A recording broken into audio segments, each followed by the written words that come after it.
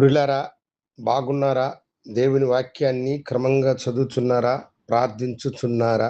నేటి ధ్యాన వాక్యము ద్వితీయోపదేశ కాండము 30వ అధ్యాయము 20వ వచనం.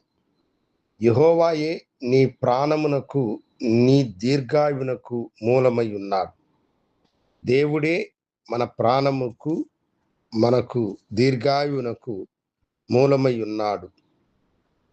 దేవుడు మనకు ఈ చక్కని వాగ్దానపూరితమైన మాటను తెలియచేస్తున్నాడు.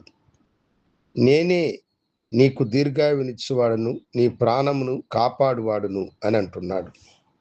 దేవుడు మనకిచ్చినటువంటిది ఒకే ఒక జీవితం. ఆ జీవితము ఈ భూమి మీద మనము ఆశీర్వాదకరముగా గడిపి దేవుని చెంతకు మనము చేరాలి.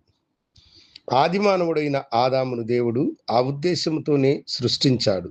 అయితే ఆదాము దైవాజ్ఞను మీరినందున పాపము లోకములోనికి ప్రవేశించి మరణము కూడా మానవుణ్ణి వెంబడించింది.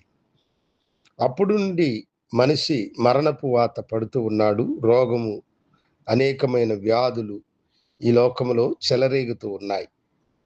అయితే దేవుడు మనకు దీర్ఘాయువునిచ్చి మన ప్రాణమును ఆయన కాపాడువాడుగా ఉంటున్నాడు.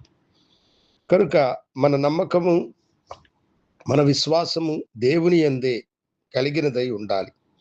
మనము భుజించే ఆహారం మీద కాదు, మనము జీవించేటువంటి జీవితం మీద కాదు, మనలను సృష్టించి మనకు తోడుగా ఉండి మనలను నడిపించు దేవుని ఎడల నమ్మకము, విశ్వాసము కలిగిన వారమై ఉండాలి.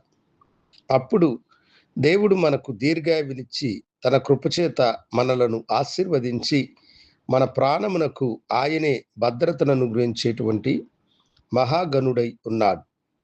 ఎన్నో ఆపదల నుండి తన బిడ్డలను కాపాడిన వాడు ఆయన. క్రూరమైనటువంటి సింహాల నోళ్ళ నుండి వారిని కాపాడినాడు. అగ్ని జ్వాలల మధ్య వారిని రక్షించినటువంటి వాడు.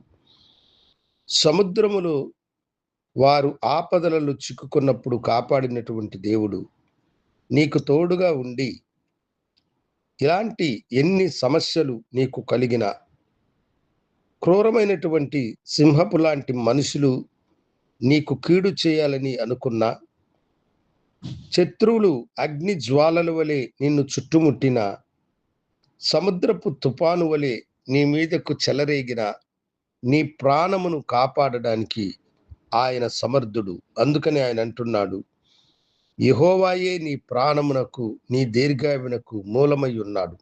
ఆయనే మనకు మూలమైనటువంటి వాడు.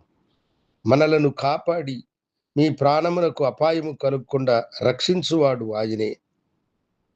నీకు ఎలాంటి వ్యాధి, రోగము కలుగకుండా కాపాడగలిగిన వాడు ఆయనే. కనుక ఆ ఘనమైన దేవుని మీద విశ్వాసం ఉంచు, నమ్మకము కలిగి ఉండు. నీ ఆపదలలో నీకు సహాయము చేసి నిన్ను రక్షించి నిన్ను కాపాడి ఆయన కంటే గనుడైన వాడి లోకములో లేడు. ఆయన నిన్ను ప్రేమించి ఈ లోకానికి వచ్చి నీ కొరకై ప్రాణం పెట్టిన గొప్ప దేవుడు కదా. ఆయనకు సమర్పించుకో. నీ జీవితమును మార్చగలిగిన వాడు ఆయనే. ప్రార్థించుకుందాం. మహాగణుడా, నీ బిడలు నీ వైపు చూసినప్పుడు నీవే వారి ప్రాణమునకు దీర్ఘాయువునకు మూలమై ఉన్నానని చెప్పిన నీ ప్రేమకై వందనాలు చెల్లిస్తూ నీ బిడలను దీర్ఘాయువుతో ఆశీర్వదించి దీవించమని, వారి ప్రాణమును కాపాడమని యేసు నామమున అడిగి వేడుకొనుచున్నాను తండ్రి. ఆమేన్. శుభోదయం. ప్రభు మిమ్మలను దీవించునుగాక. ఈ యొక్క చిన్న సందేశము మీకు నచ్చినట్లయితే కమెంట్స్ రూపంలో మీ అభిప్రాయమును తెలియచేయండి. బెల్ బటన్ని నొక్కండి, లైక్ చేయండి, షేర్ చేయండి. దేవుడు మిమ్మల్ని దీవించునుగాక. ఆమేన్.